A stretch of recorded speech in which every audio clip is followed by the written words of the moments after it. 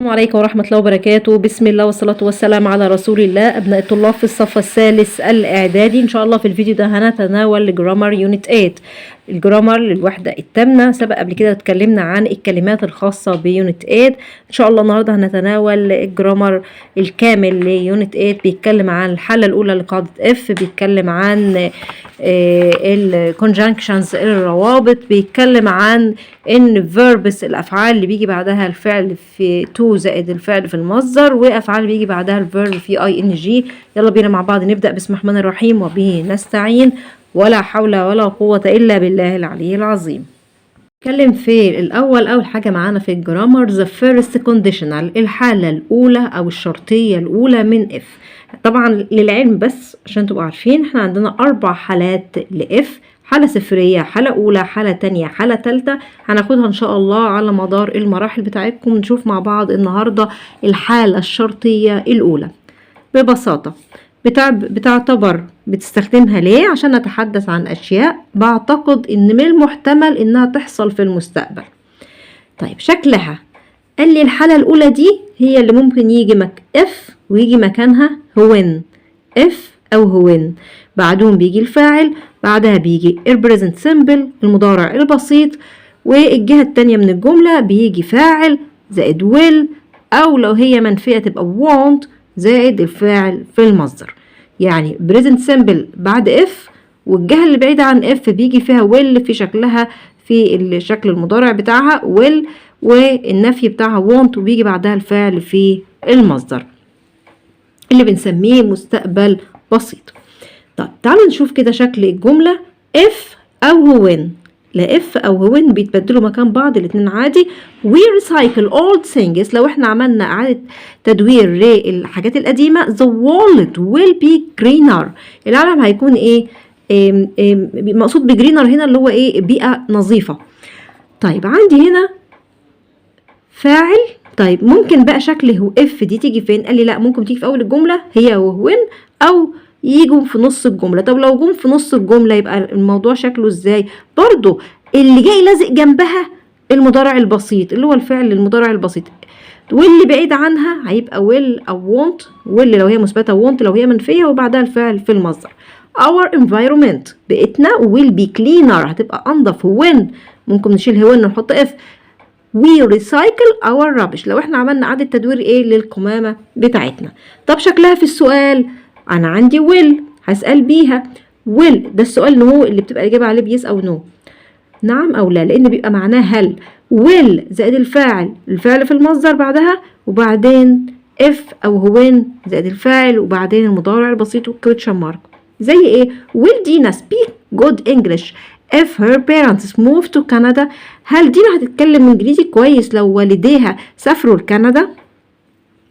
طيب بحط أداة استفهام هتبقى قبل will، أداة استفهام will وبعدين الفاعل، فعل في المصدر، وبعدين if أو when، وبعدين فاعل، وبعدين present simple. زي ايه؟ what will happen if we don't recycle rubbish؟ ايه اللي هيحصل لو احنا ما عملناش إعادة تدوير للقمامة؟ طبعا السؤال اللي بدأ بأداة استفهام بيبقى محتاج إجابة كاملة هنا. طيب هنبدأ ننتقل لجزئية تانية في الجرامر اللي هي عبارة عن ايه؟ ان في verb، ساعات بعض الافعال بيجي بعدها to زائد الفعل في المصدر، وفي ساعات بيجي بعدها الفيرب في ing. زي ايه؟ طبعا احنا عارفين ان حرف الجر to حاجة مسلم بيها، بيجي بعدها الفعل في المصدر، لكن في شواذ بتتحفظ، لكن الطبيعي ان to بيجي بعدها الفعل في المصدر. زي ايه؟ زي افعال زي advise to بيجي بعدها الفعل في المصدر، agree to، allow او permit to، ask to، choose to، decide to، encourage to، hope to، invite to، learn to، need to، offer to، order to، plan to، teach to، tell to، want to، warn to، would like to، would love to، would prefer to. اللي انا عامله جنبيه صح هو ده بيبقى يعني يعني هو المفروض كلها تتحفظ، بس احنا بما اننا احنا عارفين اوريدي ان تو بيجي بعد الفعل في المصدر، فاحنا بنحاول نحفظ الحاجات ايه اللي منتشره اكتر. فاللي انا عامله جنبيه صح بنحفظه، لو انتوا مش قادرين تحفظوها كلها بتحفظوا اللي جنبيه صح. وتلقائي اللي ما هوش فيه شواذ بنعرف ان تو بيجي بعدها الفاعل في المصدر. طيب نفس الافعال دي لو انا عايزه هنفيها ازاي؟ هنقول not to، يعني هنحط كلمه not بس not قبل to، فيبقى بالمنظر ده not to ويجي بعدها برضو الفعل في المصدر. تعالوا مثلا نشوف الامثله. قال لي هنا we decided not to go out، احنا قررنا ان احنا ما نخرجش بره. طب لو انا عايزه اثبتها اقول we decided to go out، احنا نخرج بالخارج. طيب احنا شفنا النفي وشفنا الاثبات ليها، عرفنا ان النفي بنحط بس not قبل to ويجي بعدها الفعل في المصدر عادي. تعال بقى نشوف الافعال التانية اللي بيجي بعدها الفاعل في ing. الافعال اللي بيجي بعدها الفاعل في ing ودي اللي المفروض كلها تتحفظ. طيب لو ما قدرناش نحفظها كلها بنحفظ اللي جنبيه علامه ايه صح بس، زي كلمه avoid، enjoy، escape، finish، go، keep، mind، practice، recommend، spend، suggest، understand. طب تعالوا نشوف كده. قال لي بيبقى عبارة عن الفاعل subject وبعدين الفيرب الفاعل وبعدين الفيرب بيجي فيه ing لو هي مثبتة. طب لو هي منفية هقول not زائد الفيرب زائد ing. تعالوا نشوف المثال أحسن. he suggested not eating، not جت اهي بس متضافة جنب الفعل. he suggested not eating as a restaurant. هو قرر او اقترح ان هو هنا suggest معنى اقترح، هو اقترح ان هو ما ياكلش في المطعم. يبقى حط ايه؟ حط not بس لما حب ينفيها جنب الفعل وبعدها الفيرب فيه ing عادي. تعالوا بقى مع بعض نشوف اخر حاجه في جزئيه الجرامر في الوحده دي. بيكلمني عن الكونجنكشنز، الروابط. يعني ايه روابط؟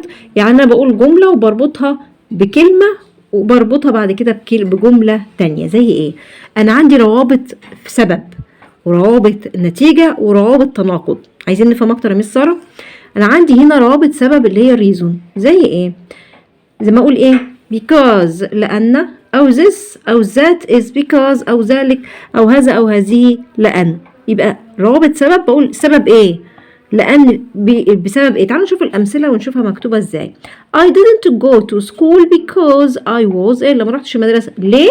لأن كنت مريض، كنت تعبان. يبقى السبب إن أنا كنت تعبان.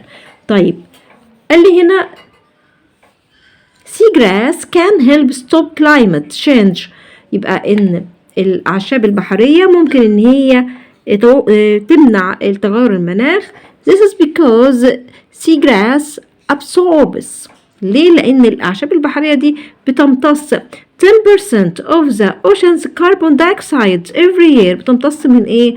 من ثاني أكسيد الكربون الموجود في المحيطات every year كل عام. طيب يبقى هنا لأن this is because، قلنا لا إما نقول this is because أو that is because. طيب تعال نشوف بقى الريزلت، روابط النتيجة. بقول إيه؟ that is why، وده بسبب ولهذا السبب. بنقول مثلا هنا that is why seagrass can help stop climate change. ولهذا السبب تقدر الأعشاب البحرية إنها تمنع تغير المناخ. طب روابط التناقض عندي however و nevertheless. however و nevertheless. however معناها ومع ذلك، و nevertheless معناها برضو ومع ذلك. waste is a big problem. القمامة is a big problem، مشكلة كبيرة around the world. أو النفايات بتبقى مشكلة كبيرة حول العالم. however ومع ذلك many of the things that we throw away can easily be recycled.